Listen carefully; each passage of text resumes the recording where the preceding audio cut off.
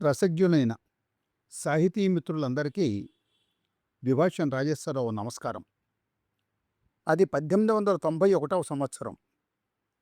కాకినాడ దగ్గరలోని ఓ కొబ్బరి తోటలోకి ఇద్దరు యువకులు వెళ్ళారు. ఒకరికి 19 ఏళ్ళు, ఇంకొకరికి 20 ఏళ్ళు. వారిద్దరూ కలిసి 100 కొబ్బరి చెట్లను ఎంచుకున్నారు. అవే పృచ్ఛకులు అనుకుంటూ ఆ చెట్ల దగ్గర కూర్చొని శతావధానం ప్రాక్టీస్ చేయడం ప్రారంభించారు.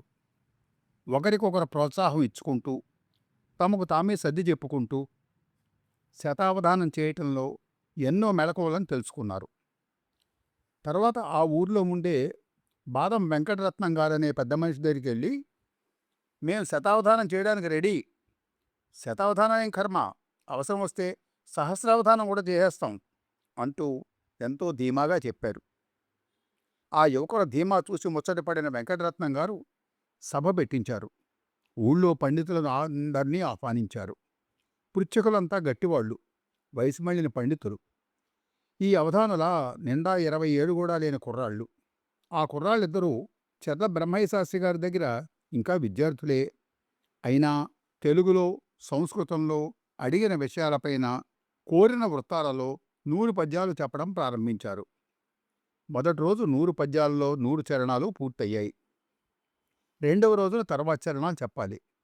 అయితే సభ్యులు అవధానాన్ని పరీక్షించడానికి కాబోలు ఆ రోజే కొన్ని పద్యాలను పూర్తి చేయగలరా అంటూ అడిగారు. ఒక వరుసలో ఒక పంక్తిలో కూర్చున్నవారు మరో పంక్తిలోకి మారిపోయి ఓ క్రమం లేకుండా తాము కోరినదేదో పూరించాలన్నారు. కవులు పూరించారు. సభ్యులు ఆశ్చర్యం, సంభ్రమాలు చెందారు. కొందరు మరీ విషమ పరీక్ష కూడా పెట్టారు. అందులోనూ కుర్రాళ్ళు నెగ్గారు. ఘనంగా సత్కారం అందుకున్నారు. కాకినాడ పౌరులు ఆ రోజుల్లో 4 నూటపదహారులు, ఇంకా జోడు శాలువలు, 2 చాపులు సమర్పించి అత్తరు తాంబూలం ఇచ్చి వీళ్లకు మొక్కారు. తాము పుట్టి బుద్ధి ఎరిగిన తర్వాత ఇట్టి కవీశ్వరులను చూడలేదని వారిని సన్మానించి అశ్వశకటంపై ఎక్కించి మేళతాళాలతో కాకినాడలో ఊరేగించారు. అందులో 20 ఏళ్ల ఆయన శ్రీ చెళ్లపెళ్ల వెంకటశాస్త్రి గారు అయితే, 19 ఏళ్ల ఆయన శ్రీ దివాకర్ల తిరుపతి శాస్త్రి గారు. తర్వాత రోజుల్లో వీరిద్దరూ ఏనుగు నెక్కినాము, ధరణీంద్రు మొక్కకు నెక్కినాము, సన్మానములను గొలినారము, నీవలనం సరస్వతి అని వినయంగా, సగర్వంగా కూడా ప్రకటించుకుంటూ ఆంధ్రదేశం అంతటా తమ కవితాశక్తితో వీరవిహారం చేసి తిరుపతి వెంకటకవులుగా ప్రసిద్ధికెక్కారు. వీరిలో చిన్నవాడైన శ్రీ దివాకర్ల తిరుపతి శాస్త్రి గారు 1872 మార్చి 26వ తేదీన పశ్చిమ గోదావరి జిల్లా భీమవరం వద్ద ఎండగండి గ్రామంలో జన్మించారు. ఆయన తండ్రి వెంకటావధాని గారు కూడా గొప్ప వేద పండితుడు, సూర్యోపాసకుడు. తిరుపతి శాస్త్రి గారి విద్యాభ్యాసం బోర్ల సుబ్బారాయుడు, గరిమెళ్ల లింగయ్య, పమ్మి పేరి శాస్త్రి, చెర్ల బ్రహ్మయ్య శాస్త్రి గారుల వద్ద సాగింది. చెర్ల బ్రహ్మయ్య శాస్త్రి గారి వద్ద చదువుకునే సమయంలోనే తిరుపతి శాస్త్రి గారికి చెళ్లపిళ్ల వెంకట శాస్త్రి గారు తోడయ్యారు. నిజానికి తన 18వ ఏడు వచ్చే వరకు తిరుపతి శాస్త్రి గారికి కవిత్వం అంటే ఏమిటో తెలీదు. వెంకటశాస్త్రి గారి స్నేహం కుదిరేక వారి దగ్గర కవిత్వ రహస్యాలన్నీ నేర్చుకున్నారు. ఇద్దరికీ సంస్కృత కవిత్వ రచనపై మోజు ఉన్నా కూడా తెలుగు కవిత్వం చెప్తేనే గాని కొన్ని అవసరాలు గడిచేవి కాదు. అలా వారు తెలుగు కవిత్వం చెప్పడంలోకి దిగిపోయారు. 1898లో తిరుపతి శాస్త్రి గారి వివాహం జరిగింది. 1891లో తొలి సంపూర్ణ శతావధానం కాకినాడలో చేసింది లగాయతు. తిరుపతి శాస్త్రి గారు పోలవరం జమీందారి గారి ఆస్థాన కవులుగా 1900 సంవత్సరంలో కుదురుకున్నాక, వెంకటశాస్త్రి గారి బందర్లో ఉపాధ్యాయ వృత్తిని 1902లో స్వీకరించేదాకా నానారాజ సందర్శనం చేస్తూనే ఉన్నారు. ఆ తర్వాత కూడా కొన్ని చోట్ల కలిసి వెళ్ళి అవధానాలు చేశారు.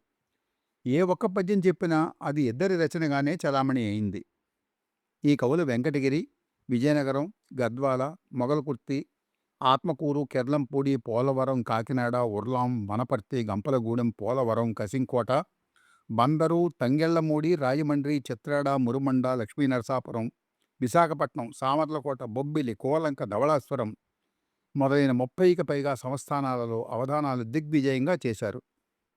పాండవ విజయము, ముద్రారాక్షసము, మృచ్ఛకటికము, ప్రభావతి ప్రద్యుమ్నము, బాలరామాయణము మొదలైన నాటకాలు, బుద్ధ చరిత్ర, శివలీలలు, శ్రవణానందము మొదలైన పద్యకృతులు, విక్రమార్క దేవ చరిత్ర, హర్షచరిత్రము మొదలైన వచన గ్రంథాలతో పాటు అనేక కృతులు తిరుపతి వెంకట కవుల పేరు మీద వెలువడ్డాయి.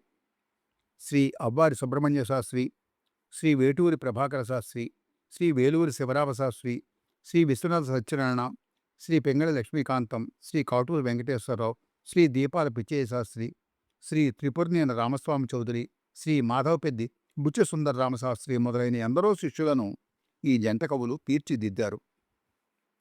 తిరుపతి శాస్త్రి గారి అప్రతిమానమైన పాండిత్య ప్రతిభ, వెంకట శాస్త్రి గారి అసాధారణమైన మేధాబలము, వీటి మేలు కలయిక తిరుపతి వెంకటేశ్వరులను తెలుగు కవుల్లో అగ్రస్థానంలో నిలబెట్టింది. తిరుపతి లేనిదే వెంకటేశ్వరుడు లేడు, వెంకటేశ్వరుడు లేనిదే తిరుపతి లేడు. వీరి జయత్రయాత్ర అప్రతిహతంగా సాగుతూ ఉండగా మధుమేహం వ్యాధి ముదిరిపోయిన కారణంగా పిన్న వయసులోనే 1919 సంవత్సరంలో శ్రీ తిరుపతి శాస్త్రి గారు స్వర్గస్థులయ్యారు. తిరుపతి శాస్త్రి గారి అస్తమయము వెంకట శాస్త్రి గారి హృదయానికి పట్టరాని కష్టం కలిగించింది. ఇరువురు అభేదంగా సంచరించిన సోదరులు. ఒక్కరు రచించరేని అది కాదగు తిరుపతి వెంకటేయమై అనే మాటలలో అంతర్వాహినిగా వీరి సౌభ్రాత్వం వెల్లివిరుస్తోంది.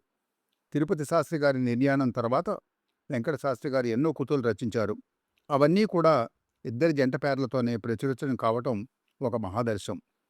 ఇవాళ తిరుపతి వెంకట కవుల్లో ఒకరైన శ్రీ దివాకర్ల తిరుపతి శాస్త్రి గారి జయంతి సందర్భంగా ఆ మహనీయుని దివ్య స్మృతికి మన తెలుగు వాళ్ళందరం నీరాజనాలు అర్పిద్దాం. సెలవు. నమస్కారం.